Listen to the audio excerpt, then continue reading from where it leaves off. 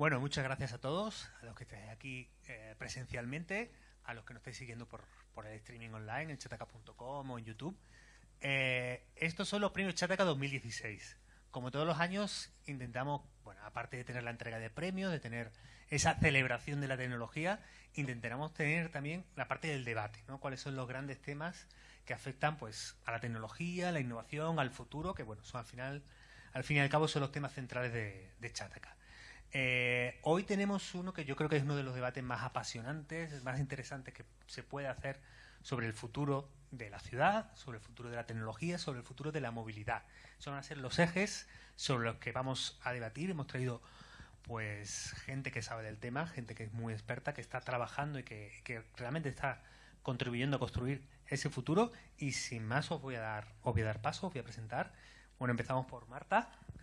Hola, ¿qué tal? Marta Serrano, DIRCOM y directora de consultoría de la AMT de Madrid. Efectivamente.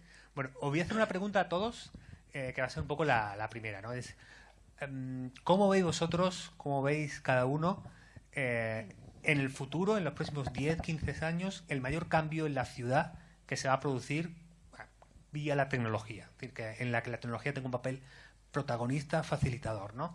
Desde el punto de vista de la administración pública, del transporte público, Marta, ¿tú cómo lo ves?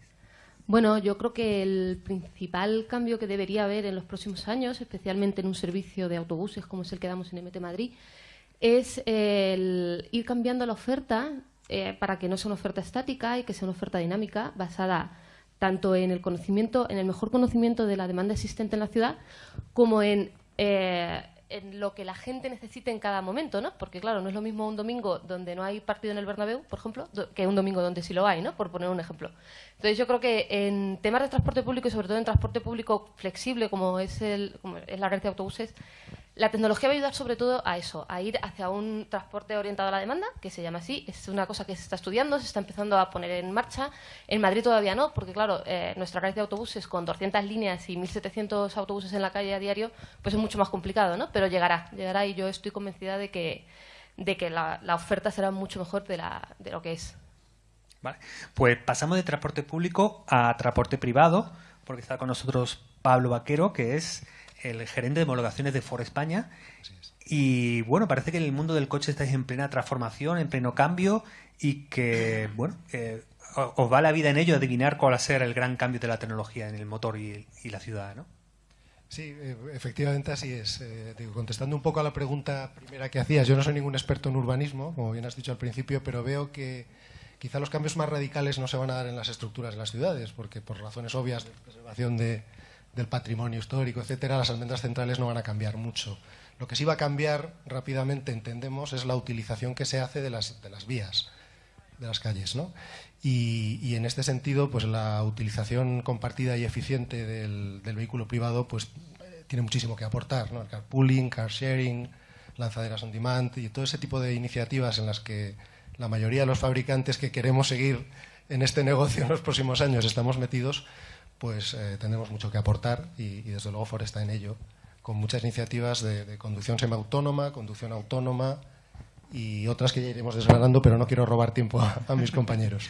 Bueno, ese tema yo seguro va a salir, además a vosotros nos va a interesar mucho vuestra opinión, porque casi siempre que se habla de futuro de movilidad ciudadana, ahí mismo se está hablando de soluciones privadas, ¿no? De la solución tipo Uber o Car2Go, este tipo de plataformas en las que parece que lo privado va a salvar la movilidad de la ciudad, seguramente. Yo no estoy de acuerdo, ¿eh? Vale, Vamos, ya. Yo tampoco. Bueno, va a haber debate.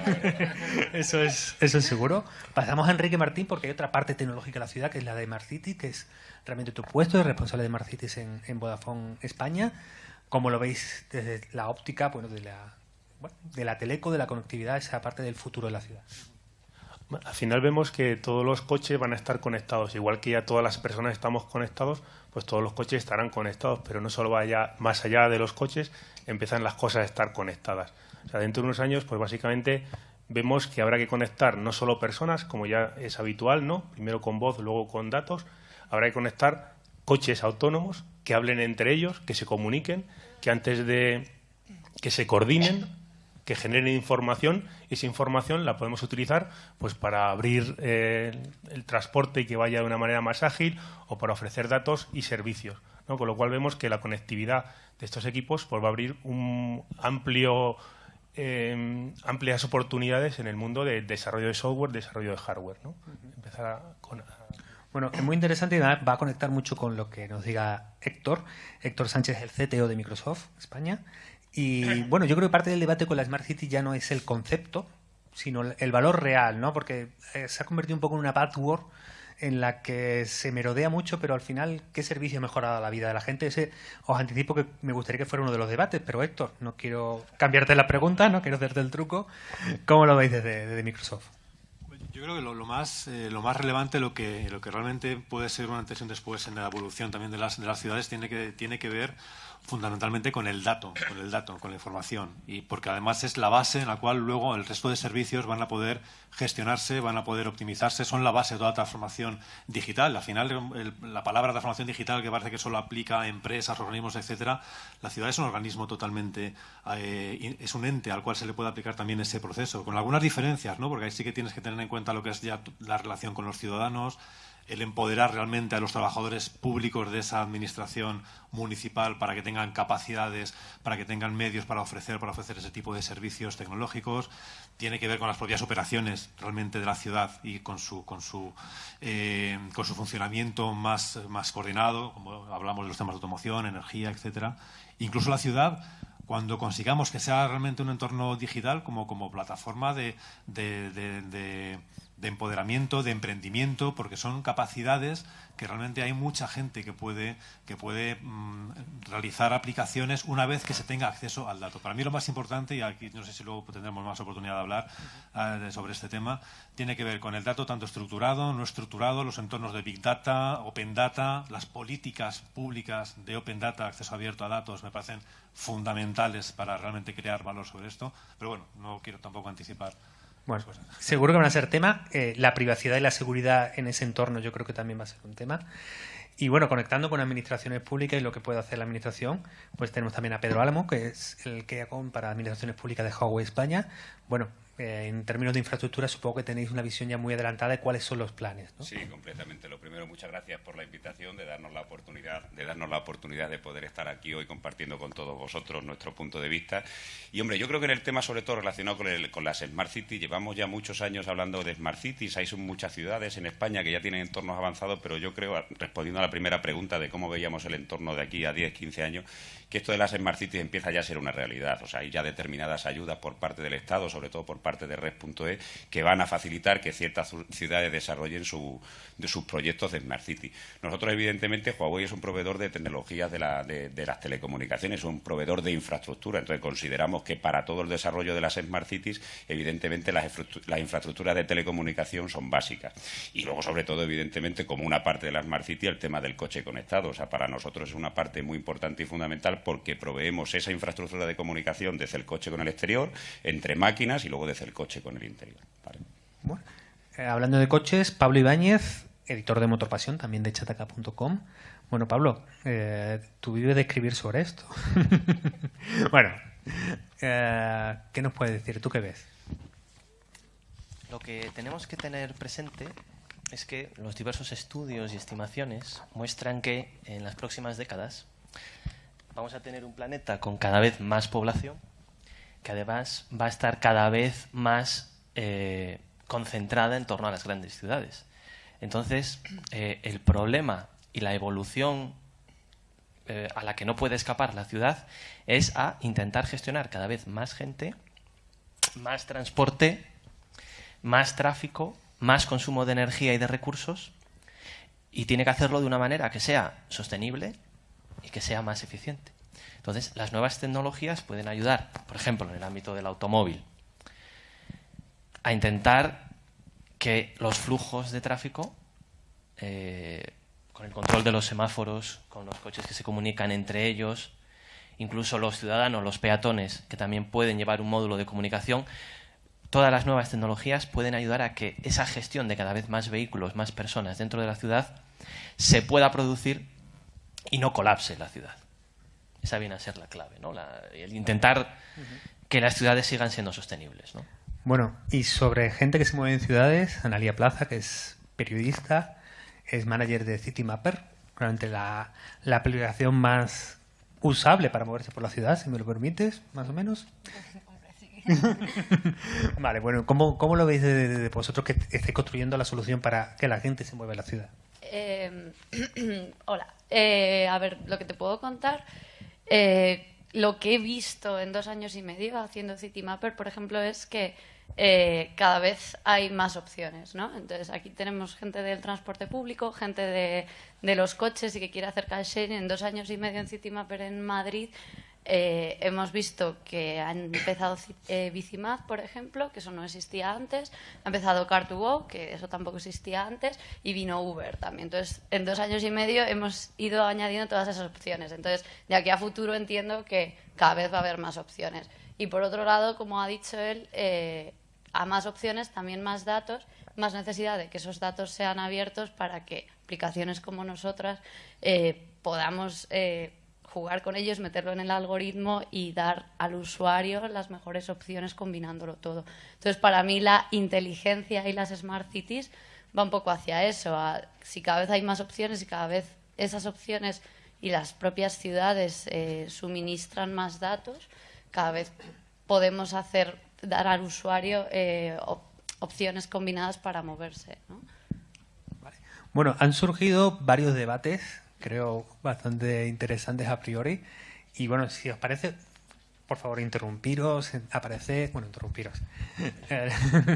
No esperéis que yo os pregunte, pero en cualquier tema que penséis que os interpele, por favor, comentad, ¿no? Pero hay uno que surgió antes y que tiene que ver con estas soluciones, que parece que la salvación no viene de Silicon Valley, que es un poco también el mantra o la idea que flota muchas veces alrededor de la tecnología.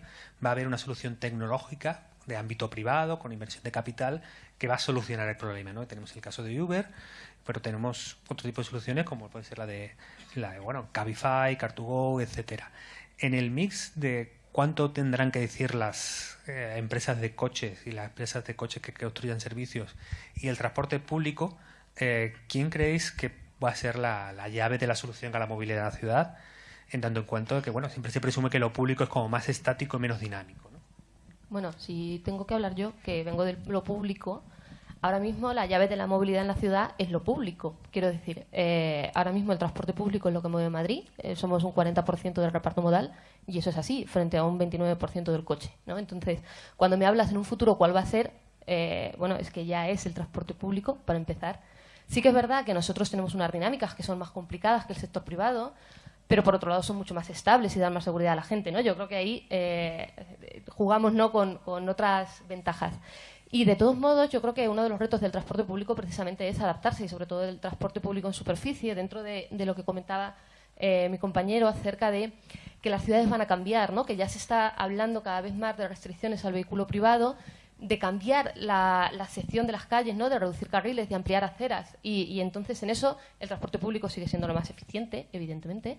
Y luego yo creo que las empresas de coches lo que tienen que pensar es no irse tanto a tecnologías tipo eléctrico, que eso está muy bien para solucionar el problema de la contaminación, pero no te soluciona el problema de la movilidad, sino que tienen que empezar a pensar en temas de que el coche ya no va a estar en propiedad, ¿no?, y que ya va a ser carpooling, car sharing y todo este tipo de opciones, ¿no?, que empiezan a apuntar. Sí, por alusiones, creo. De hecho, estamos pensando en eso y trabajando sobre eso desde hace ya como mínimo 3 años, por lo menos en Ford, con mucha intensidad, ¿no? Y desde luego no te voy a discutir el protagonismo, la supremacía del transporte público, sobre todo en la almendra central de las grandes ciudades. Ahí, pues a lo mejor, efectivamente, 1/4 de los trayectos corresponden a vehículo privado y 3/4 partes a lo mejor al... Seguro que tú sabes mejor que yo. Y hay otra parte muy importante, ¿no?, de gente que va andando o en bici. O sea, que no nos podemos olvidar de la gente que realmente no contamina nada. Sí. No, hablo de los trayectos motorizados. Pero claro, no todos son grandes ciudades y no todos son almendras centrales, ¿no? También hay algo de periferia, donde ya llegamos más al 50-50 y no digamos si te vas al extrarradio. Ahí el uso del transporte público es muchísimo menor. Ahí se invierte, ¿no?, la relación de uso con respecto a lo que está pasando en el centro de las ciudades. O sea que sigue habiendo mucho campo en el que las empresas de coches tenemos que seguir trabajando y sigue habiendo mucha necesidad y mucha demanda del vehículo privado, ¿no? Yo creo que la clave está en conseguir un buen balance. Al final tenemos que llevarnos bien las dos visiones de este mundo, que en realidad no son encontradas, son complementarias, ¿no? O sea, yo pensaba, una reflexión hace un momento mientras os oía hablar, a Pablo del tema de la congestión en las ciudades y cómo se va a gestionar toda esa afluencia de vehículos. Y estaba pensando, por ejemplo, recientemente he leído estudios de Bloomberg, me parece, que habla que con la llegada del coche autónomo y tal, y cuando más flotas de taxis van a ir adoptando ese tipo de vehículos, no habrá necesidad de conductor, con lo cual se pueden ahorrar aproximadamente pues, entre un 25 y un 30% de los costes por trayecto, ¿no?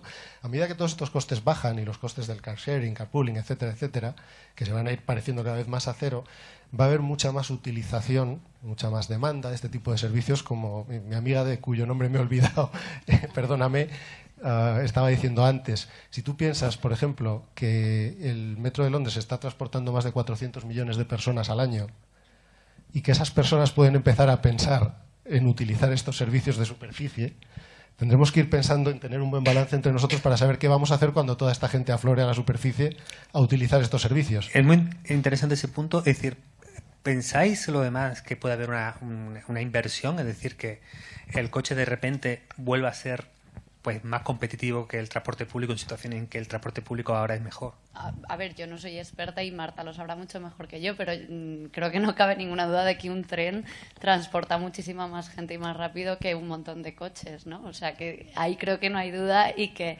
en la ciudad siempre va a ser más competitivo coger el transporte público. Nosotros que gestionamos ambas cosas al final, porque tenemos tanto taxi como car sharing como transporte público y damos todas las opciones, lo que sí que nos damos cuenta es que o sea, nosotros damos rutas multimodales, ¿vale? Entonces, a veces el transporte público es mejor, a veces el coche es mejor, pero generalmente lo que suele funcionar mejor es la unión de ambas. Es decir, y es más barato, además. Coges el tren hasta el punto y de ahí a lo mejor te puede merecer la pena ya ni siquiera un coche, sino la bici, ¿vale? Que también cuenta. Entonces, va un poco por ahí. Y no es solo más rápido, sino que generalmente ahorras costes.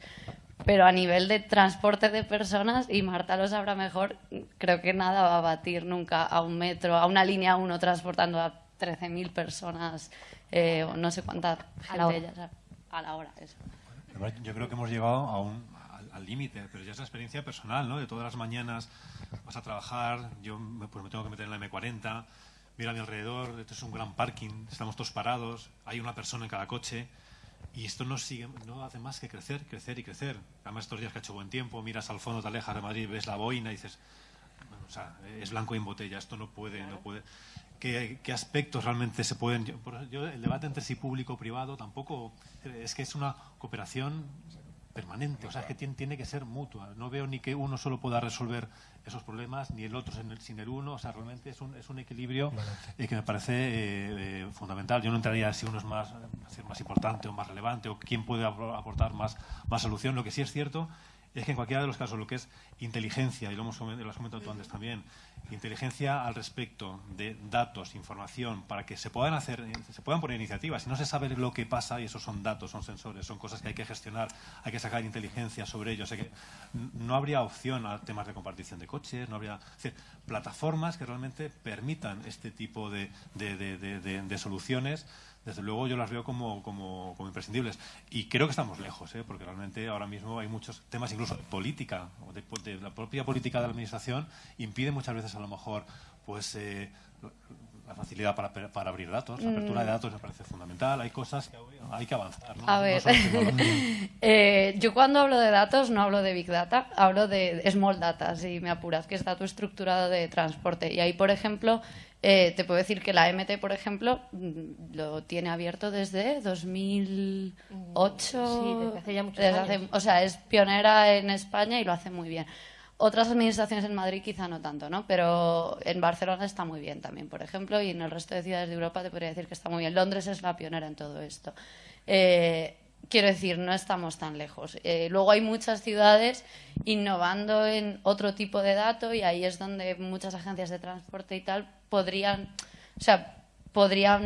tomar ejemplo, pero se va avanzando. Por ejemplo, ahora hay ciudades en Asia que están abriendo datos de cómo de llenos van los trenes, ¿no? Entonces eso también ayuda y eso se abre. Pero yo no estoy pensando en temas de conexión, sensores, etcétera, sino más dato estructurado de transporte. Ahí nosotros, por ejemplo, Y ahí nosotros creo que hemos innovado bastante en añadir nuestros propios datos, nivel de dónde ponerse en el andén, ¿no? Para ver dónde es más eficiente según la salida que tengas que tomar. Entonces, te digo que parece todo como muy futurista, pero que este tipo de dato estructurado de transporte, que es con el que trabajamos los desarrolladores, se lleva haciendo bastante tiempo, y empresas como la MT de aquí, de Madrid, vamos, llevan 5 años con ello y funciona perfectamente. Se suele decir que más o menos de la cantidad de datos que genera una ciudad, que es brutal, a lo mejor el 15% es estructurado, el resto es no estructurado. Vale, Héctor, y esto yo creo que nos sirve para enganchar con otro tema,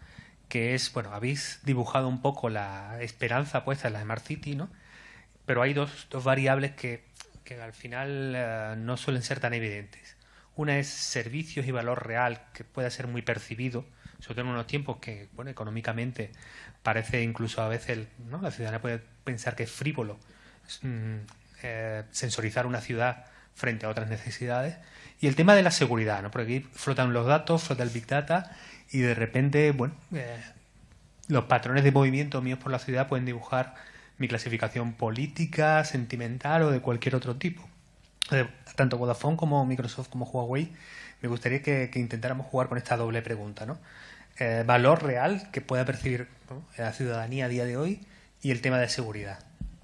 Hombre, yo sí. Bueno, Enrique, no, yo si quieres, desde mi punto de vista, todos estos temas de Smart City no tienen ningún sentido si no revierten en el ciudadano. O sea, toda la inversión en tecnología que puede hacer una ciudad, tanto en hardware como en software, en temas de plataforma, para todo este análisis de datos que estáis comentando en mayor o menor medida, entre todos tenemos que conseguir que se conviertan en servicios que se den a los ciudadanos. Yo creo que desde mi punto de vista ese es el tema fundamental, que un ciudadano pueda tener acceso desde su móvil a saber si tiene al parking donde va plazas libres o no tiene plazas libres, que un ayuntamiento pueda tener una gestión de todos los contadores de agua o de todos los contadores de la electricidad, de eso es su propio CPD, o que un ayuntamiento pueda tener una red privada de banda ancha sobre la que ofrecer servicios de seguridad y emergencia para mantenimiento de parques y jardines. Pues yo creo que todo eso que constituye todo el ecosistema de la Smart City, tanto en hardware como en software, tiene que estar pensado para que los gobiernos municipales y los gobiernos regionales den esos servicios hacia los ciudadanos. Si entre todos no conseguimos que el ciudadano aprecie que todo el desarrollo que está haciendo Smart City revierte en ellos mismos, pues yo creo que lo estaremos haciendo mal. Yo el tema de la... Ay, perdón.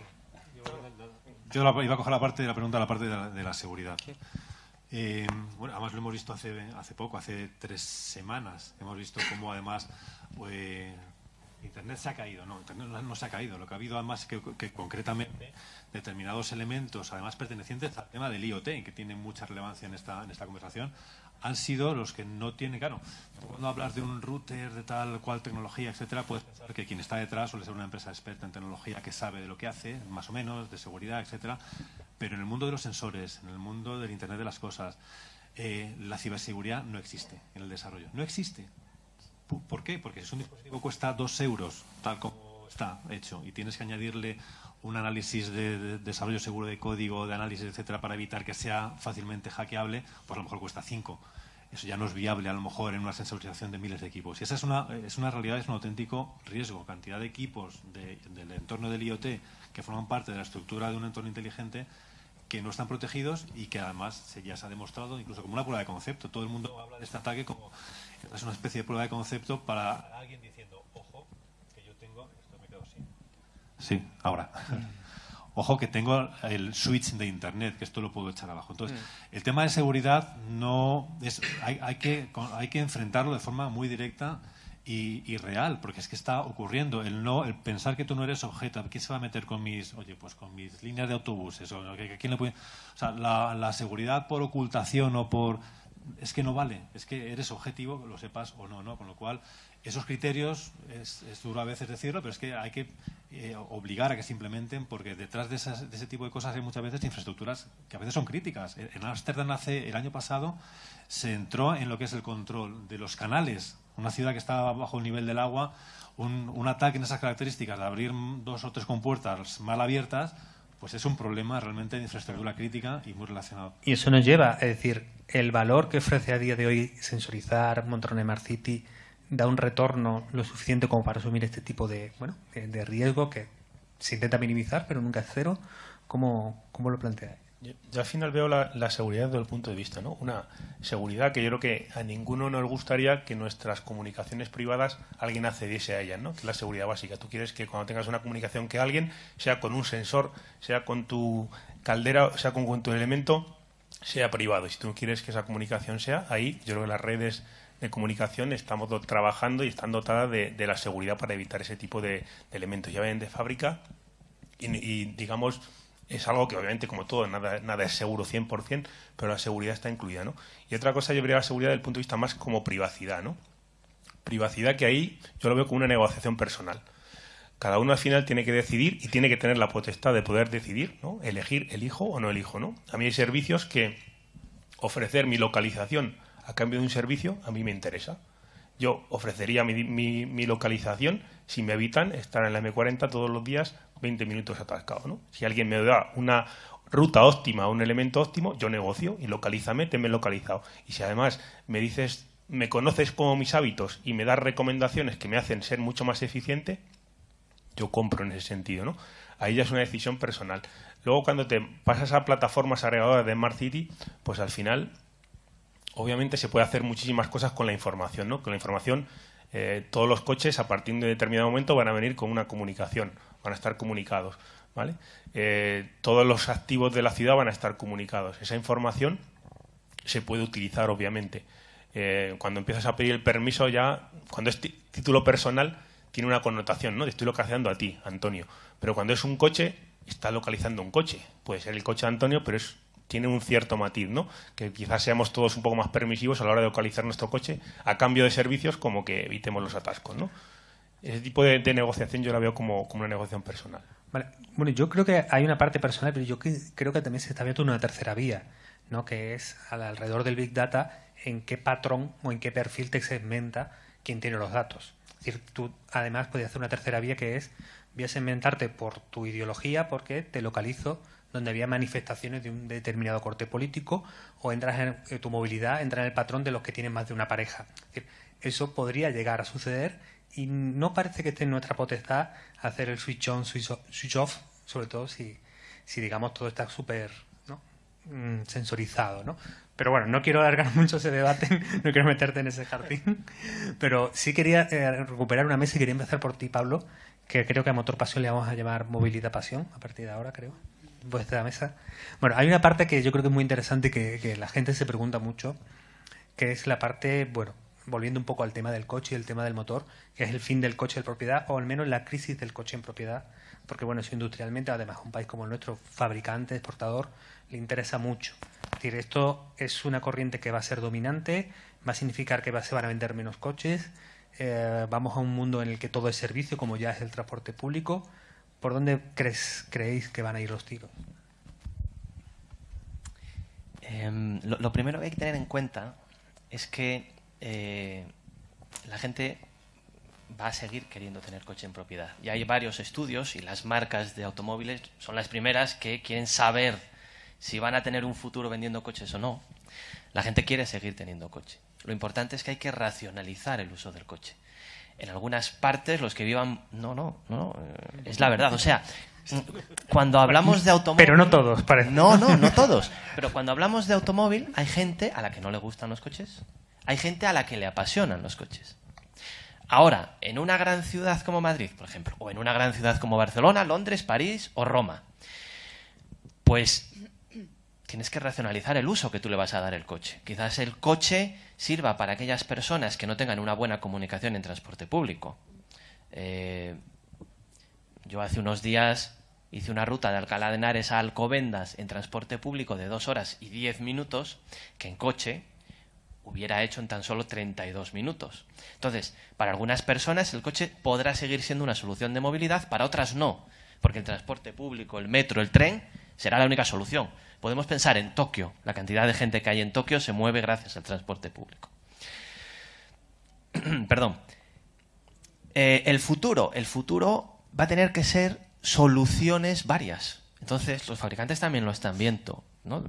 El coche compartido para los centros de la ciudad, donde muchas personas no tienen un garaje, puede ser una solución. Un coche que al final van a usar 10. Hacer un uso más racional, y si vamos a trabajar y podemos compartir el coche con otros compañeros y en lugar de ir solo una persona en un coche por la M40, que ese coche lleve a 4 o 5 personas, también hará un uso más racional.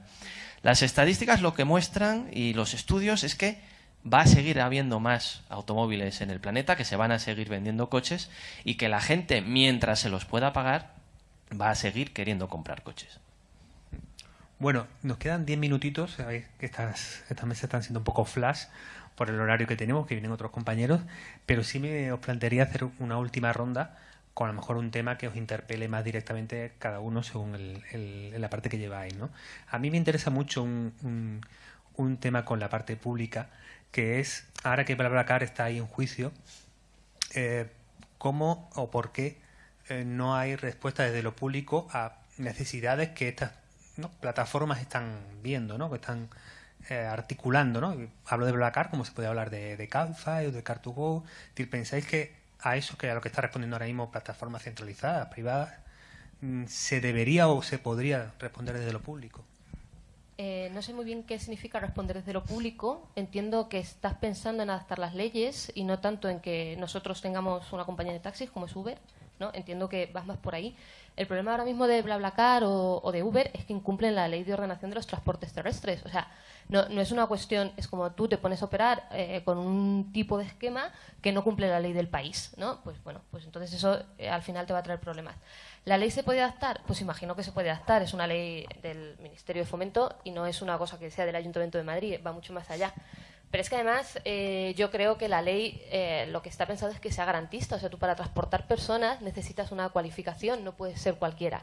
Entonces, claro, se puede adaptar, pero no se va a adaptar hacia donde quiere Uber o BlaBlaCar. Se va a adaptar hacia cosas más novedosas, a temas de car sharing. La legislación de Madrid ya lo empieza a contemplar, ¿no? La ordenanza de movilidad que se está empezando a modificar ahora, pues ya va a empezar a hablar de car sharing y en París hay plazas exclusivas para aparcar car sharing, en Barcelona para aparcar que es el moto de esta compartida que tienen en Barcelona, y la legislación se va adaptando. Lo que no podemos hacer es pretender que de repente todo sea que no haya ninguna legislación o que no haya ninguna regulación, porque al final la administración lo que busca fundamentalmente es proteger a la ciudadanía, ¿no? O sea, que yo creo que se mira siempre como desde un punto de vista muy negativo de, joder, está la administración jodiendo a las empresas novedosas y no sé qué. Y como, bueno, es que esas empresas no están pagando impuestos, no tienen a la gente en nómina, no tienen carné de la categoría que es necesario, ¿no? O sea, lo que está la administración es protegiendo a la gente, ¿no? Yo creo que hay que intentar darle la vuelta.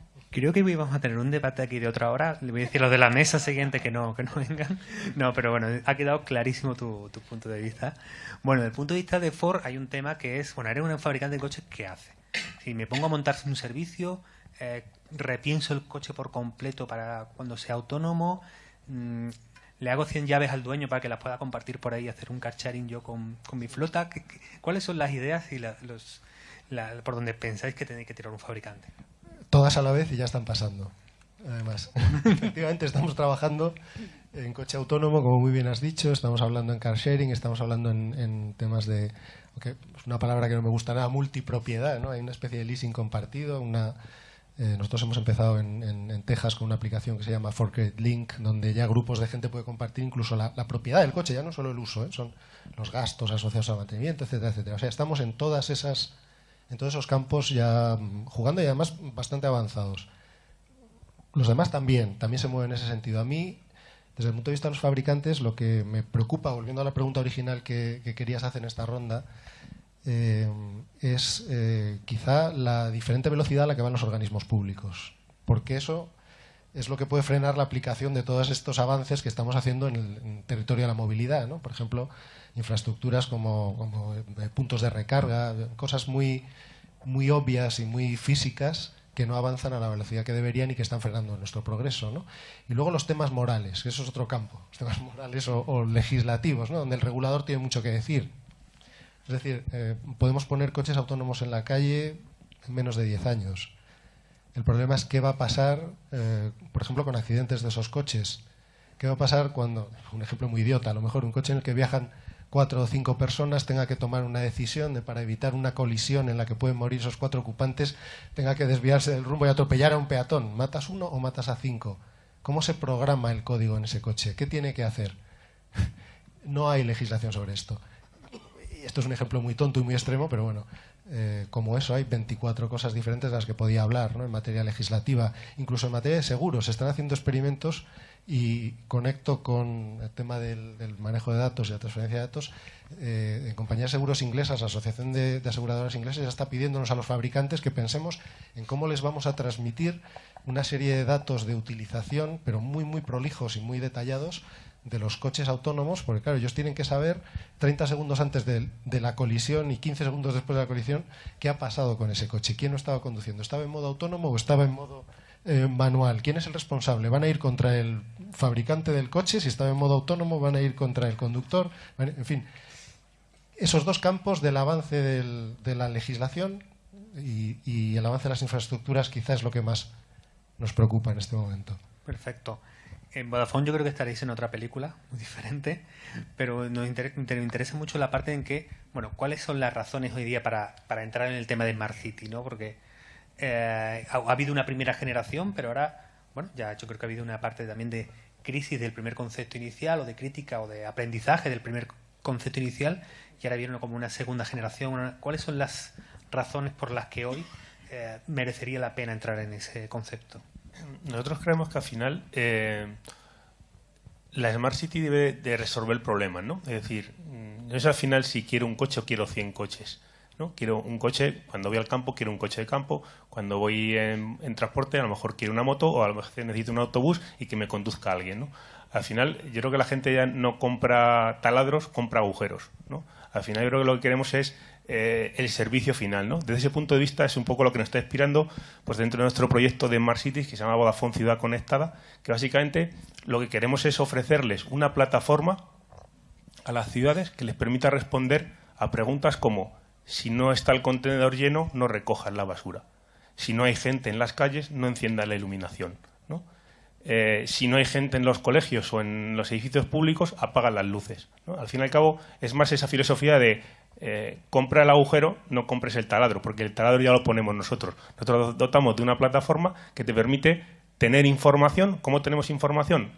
Recopilando de las cosas, de los vehículos, de las personas, ¿no? Con toda esa información es la que te ayuda a desarrollar algoritmos, soluciones que te permitan pues, resolver los problemas, ¿no? Buscar soluciones en lugar de invertir en infraestructura, en soluciones o en montar la solución, ¿no? Nosotros vemos un producto llave en mano, ¿no? En esa línea.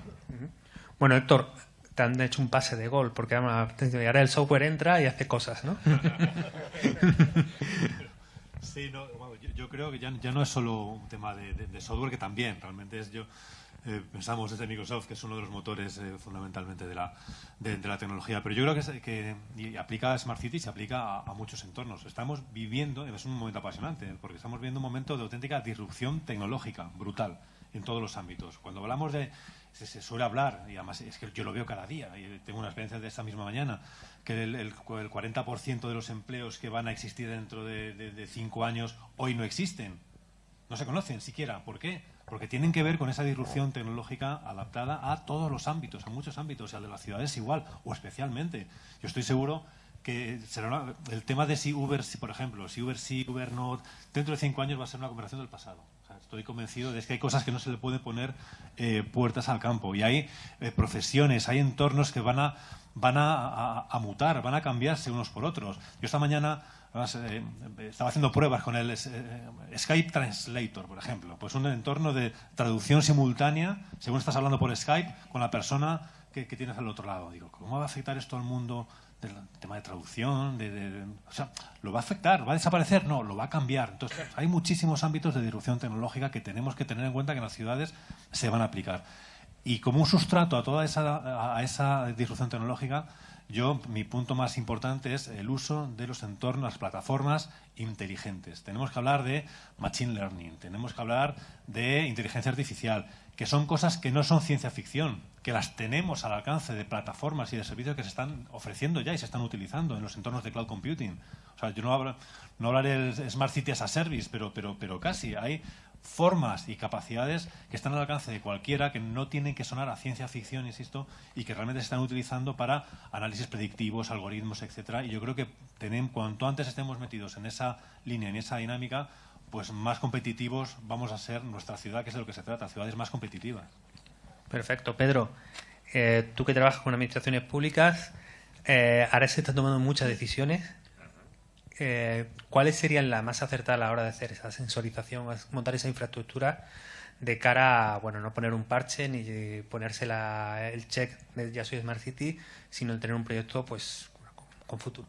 Hombre, a ver, para eso hay varios grupos de trabajo. De hecho, ahora mismo llevan ya 1 año y pico trabajando. Hay un montón de ayuntamientos que se engloban también dentro de la red y la red de ciudades españolas inteligentes, donde han trabajado en una normativa de Smart City que está sustentada por ANOR, que es la normativa CPN 178. Entonces, si tú haces un análisis de esa normativa, pues tú tienes para una ciudad que quiera abordar cualquier proyecto de Smart City todas las recomendaciones a la hora de abordar todas las partes que tiene una Smart City, la plataforma, el hardware y toda la sensórica y demás, ¿vale? Y luego, evidentemente, para nosotros, desde nuestro punto de vista, pues la conectividad es una parte muy importante de la Smart City. Para nosotros es la columna vertebral, evidentemente acompañado con todo el tema de software y demás actores implicados que estamos aquí. Una Smart City no es la solución de una empresa, una Smart City es el conjunto de soluciones de muchas empresas que aportamos servicio, como te decía antes, a los organismos públicos y a los ciudadanos. Y entonces, bueno, pues hay muchos grupos de trabajo trabajando en eso, y yo creo que más o menos ya se están consensuando todas las directrices para que alguien que quiera abordar un tema de Smart City tenga toda la información adecuada. Y si no, bueno, pues estamos mucha gente aquí dispuestas a ayudar a todas las administraciones públicas que lo deseen. Bueno, absolutamente. Y Pablo, te voy a pedir que te mojes un poco. Pablo es que además de editor de motores es arquitecto, casi arquitecto, y tienes mucho conocimiento un poco de la ciudad y del modelo de ciudades que tenemos ahora a la luz de todas estas innovaciones, y ese modelo de vivo en las afueras o vivo en la ciudad dormitorio, trabajo en la ciudad. Es decir, ¿qué es lo que cabe esperar para gente que esté planeando y planificando su vida en los próximos años? ¿Ese modelo es sostenible? ¿Va a cambiar? ¿Va a salir muy perjudicado? Porque, claro, en estas soluciones el que vive en Alcorcón puede salir perjudicado si me cortan el tráfico, pero si vivo en, no sé, Malasaña, pues no tanto, ¿no? Vamos a ver. Un modelo de habitación realmente sostenible sería vivir a unos 15 minutos máximo a pie de todo lo que necesitas para vivir, de tu trabajo, de los comercios, de los colegios, de todas las soluciones. Entonces, claro, lo que nos ha fallado un poquito en España ha sido la planificación y organización del territorio. No es sostenible, no lo es, algunos se enfadarán conmigo, trabajar a 60 kilómetros de donde vives. No es sostenible haber hecho planes de ordenación municipales o los planes generales de ordenación urbana en los que las ciudades parece que podían crecer indefinidamente como si el suelo fuera infinito, o como si luego esa gente que vive cada vez más lejos no va a tener que moverse hasta donde puede tener el comercio o donde puede tener el trabajo. Todavía creo que estamos a tiempo de poder encontrar soluciones. La tecnología nos puede ayudar, pero la tecnología no va a solucionar todos los problemas, por ejemplo, de movilidad. Las administraciones tendrán que ser muy sensatas y prudentes con cómo se organiza el territorio. Debería de haber más coordinación entre las diferentes administraciones, entre los diferentes ayuntamientos, porque vamos a un modelo de megalópolis donde no solo es una ciudad, sino la ciudad y las 20 ciudades que tiene alrededor, que casi se van a convertir en una única. Y también el propio ciudadano, con lo que decía antes, tiene que hacer un ejercicio también de racionalización. Un esfuerzo quizás por vivir más cerca del trabajo, o un esfuerzo de estudiar cada día qué tipo de transporte le viene mejor, si el coche privado o el transporte público o la bici. Perfecto. Analía, pones el colofón a la mesa. ¿Prefieres el libro o te hago una pregunta? No, pregunta. Vale. Hay una parte que yo creo que además de vuestra experiencia es muy interesante, que es el contacto con el early adopter, ¿no? Estar en el filo de la innovación, porque además te he visto algo escéptica sobre, ¿no?, la frase, bueno, es que aquí la gente siempre ha tenido coche y siempre va a seguir queriendo tenerlo. Es decir, ¿qué percepción tiene un poco tú del cambio quizás más social o más de cómo está cambiando en sus preferencias la gente respecto al mundo del transporte? A ver, si te hablo por mí, o sea, tengo 27 años, no tengo coche, no tengo carnet y tampoco tengo intenciones, entonces, pero eso desde mi punto de vista. Y luego también es cierto que ni mi círculo ni en Londres tenemos coche porque no lo necesitamos y porque, bueno, porque es un trasto al final, ¿no? Que tienes que tener en una plaza de garaje que te cuesta dinero, etcétera. Y sobre todo en ciudades, a ver, Madrid y Londres especialmente, tienen una red de transporte público tan buena que es que hacen completamente innecesario tenerlo. Entonces, esa es mi percepción desde mi círculo. Gente que vive en las afueras, pues no te voy a negar, y sobre todo, a lo mejor ya no pensando en Europa, sino en ciudades estadounidenses, por ejemplo, la configuración del transporte público es muchas veces más pobre y se complementa muy bien con redes de car sharing, ¿no?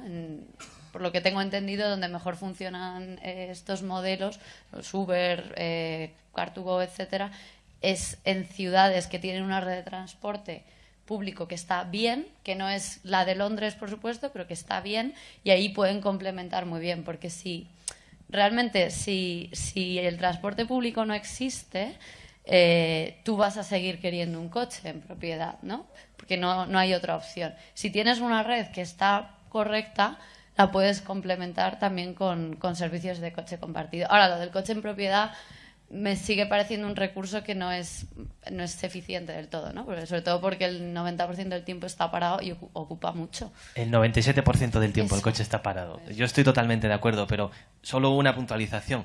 El coche no es solo una herramienta de transporte. Para muchas personas es un objeto de ocio. Tengo un coche porque me gusta tener un coche, porque me gusta conducirlo, y a lo mejor no voy de un lugar a otro porque necesito ir de un lugar a otro, voy porque me gusta conducir. No Sí, debemos pero olvidar también... Eso no es la mayoría. O sea, la mayoría no coge el coche todos los días para meterse en el atasco de la M40 porque le guste. O sea, la mayoría coge el coche por diversas cuestiones. Ya hay muchos estudios que dicen que fundamentalmente es por comodidad, ni siquiera es tiempo, ni siquiera es coste, ¿vale? O sea, que yo aquí también es un poco como... Sí. Hoy son el 70% y el 47% de los que no tienen coche querrían tenerlo. Un estudio hecho en España. Lía y yo estamos fuera de eso. No, bueno, justo cuando se ha puesto más caliente el debate tenemos que parar, pero por supuesto aquí me disculpo con toda la audiencia porque no ha dado tiempo a atender las preguntas en el Twitter, pero bueno, estaremos atentos a los comentarios, a las conversaciones que se generan a partir de aquí y bueno, en 5 minutos empieza la siguiente mesa, así que muchas gracias a todos, sobre todo a vosotros. Gracias.